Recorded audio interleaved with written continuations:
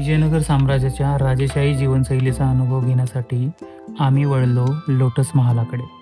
Lotus महालात प्रवेश करताच एक शांत आणि राजेशाही वातावरण जाणवतं.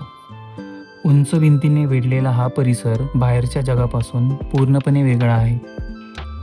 लोटस महालाला चित्रांगिनी महाल असंही म्हणतात. हा महाल विजयनगर साम्राज्याच्या राजघराण्यातील स्त्रियांसाठी बांधला होता. असं म्हटलं जातं की या संपूर्ण परिसराची सुरक्षा किन्नर लोक करत होते. लोटस महाल हा केवळ एक राजवाडा नाही, तर विजयनगर साम्राज्याच्या राजेशाही जीवनशैलीचं एक उत्तम उदाहरण आहे. आणि काही पावले पुढे जाताच आम्ही पोचलो एलिफंट स्टेबल, म्हणजेच हत्तीशाळा.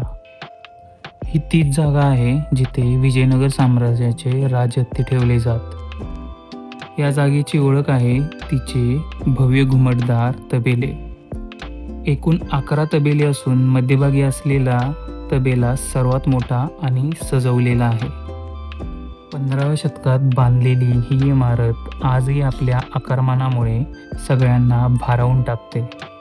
याच्या अगदी शेजारी आहे गार्ड हाऊस, जे स्पष्ट सांगतं की ही केवळ हत्तीशाळा नव्हती, तर एक अत्यंत सुरक्षित राजकीय परिसर होता.